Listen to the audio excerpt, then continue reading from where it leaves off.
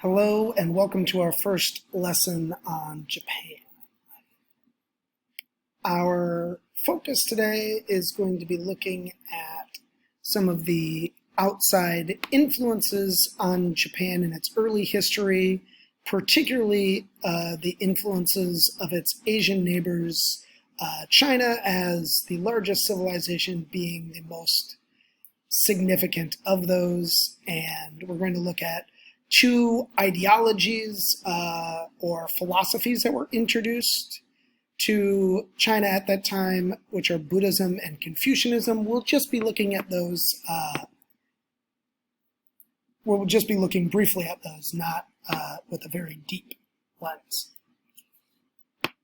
So our kind of key vocabulary and concepts for this lesson are archipelago, the Chinese influence on Japan, and Buddhism and Confucianism. Japan is, in terms of its geography, isolated from the rest of Asia. Japan is an archipelago, which means a group of islands, and it is located off the coast of Asia to the east of mainland Asia. On top of that, Japan's geography is very mountainous, again making it a little bit more difficult to reach, particularly in ancient and pre-modern times.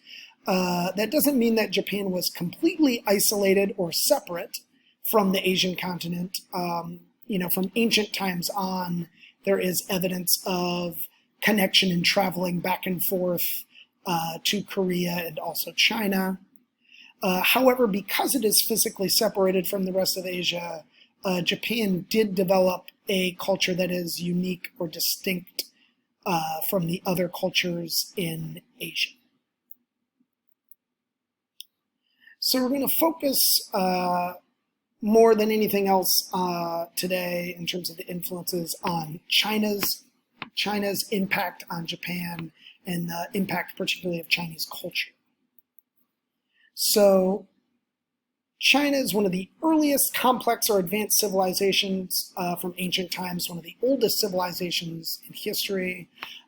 Chinese civilization sprang up along these two great long rivers that exist in China, the Yellow River and the Changjiang.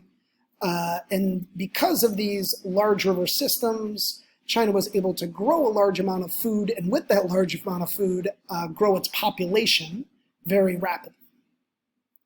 And China also centralized or came under the rule of one government relatively early. The earliest time of Chinese unification was under the Qing dynasty, which is around 200 BCE. And so over more than 1,000 years, China gradually expanded its territory and made contact and started trading with kingdoms around Asia. And this idea of China being not only having a relatively high population at that time, but also being under central control of one emperor that was in charge of the entire territory, are one main reason why China was able to, one, develop such an advanced culture, and then two, spread their culture to other territories nearby. So two of these most important early influences come from different belief systems, one of which was Buddhism, which originated in India and then came to Japan via China and Korea. So the Buddha was a prince from India who created this philosophy of how to end human suffering. And over the course of hundreds of years, the Buddha's message and his philosophy and ideas traveled from India all over South Asia and Southeast Asia into East Asia. And Buddhism eventually arrived in Japan in the year 552 CE, so around 1,500 years ago. And it actually arrived as a letter and a statue from a Korean king suggesting that the Japanese emperor adopt this new religion.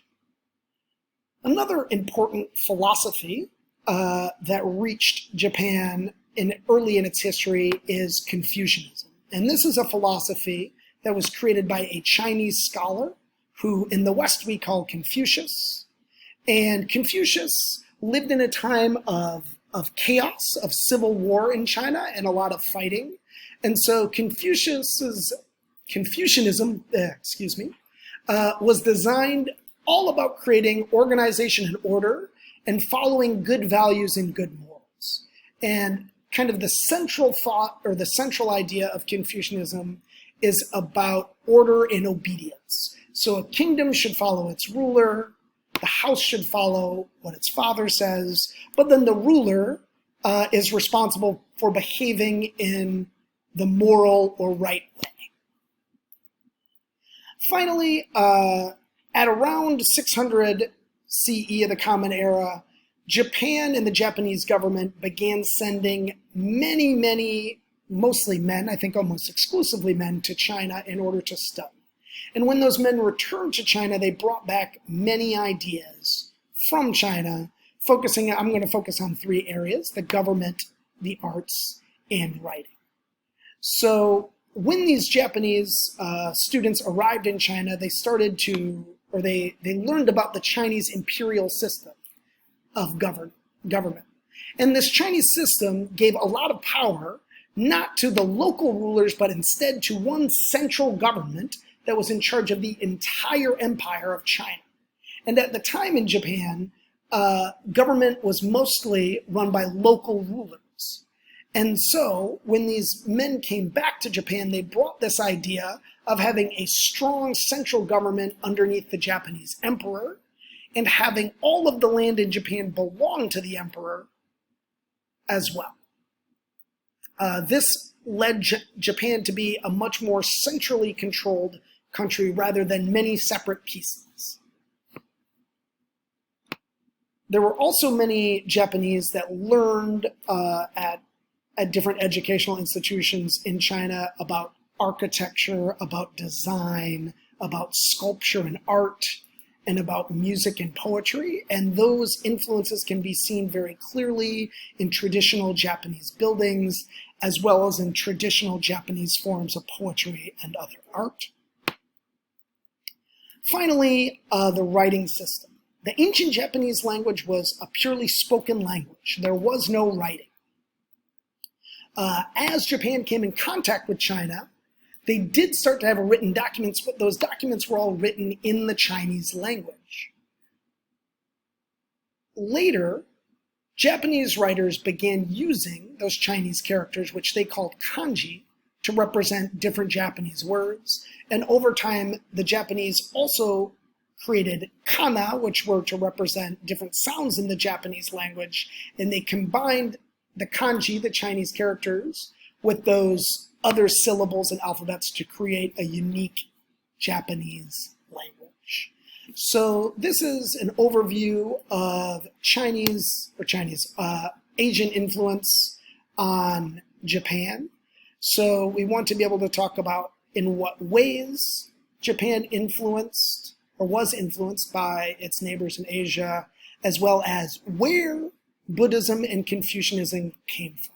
We won't focus as much as on all the details of the beliefs of Buddhism and Confucianism, but we should know where they began. Thank you.